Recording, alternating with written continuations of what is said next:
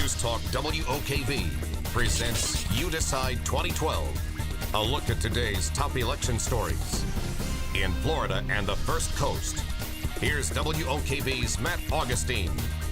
Our top election story, the winds of change. For the second time this election cycle, severe weather is impacting the movements of the candidates. Originally, this was to be a big day for President Obama. He was to stump in Florida, Ohio, and Virginia with former President Bill Clinton. Instead, Clinton will now carry the load as Mr. Obama goes back to Washington, D.C. to focus on Hurricane Sandy. The change means that in the last 4 days, the president has done only one campaign event. That was Saturday in New Hampshire. I'm WOKV's Roxy Tyler in the Social Media Center. What impact, if any, do you think Hurricane Sandy will have on the outcome of the election?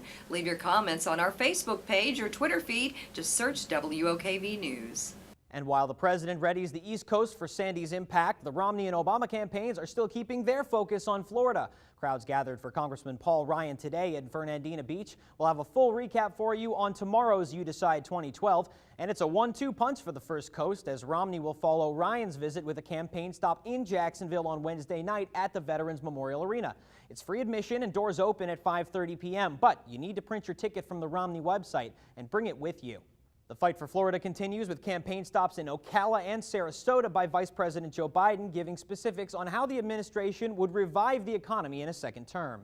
Early voting kicked off Saturday in Florida. The Obama campaign caught this image of people in Jacksonville lining up before sunrise. Reports show Democrats are leading in the early voting race in many states, but that's not so clear here in Florida.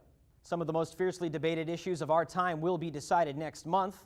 And so then you have these other issues on the ballot, like marriage, like marijuana, that are just part of their process in voting. There are more initiatives than usual on the ballot in dozens of states. Voters will be deciding whether to legalize gay marriage, recreational use of marijuana, assisted suicide, in-state tuition for illegal immigrants, and public funding of religious schools. No slowing the stories from the campaign trail as we get closer to Election Day. Stay up to date with WOKV on air at AM 690 and 106.5 FM, online at WOKV.com, and of course on Facebook and Twitter. Back with more You Decide 2012 tomorrow.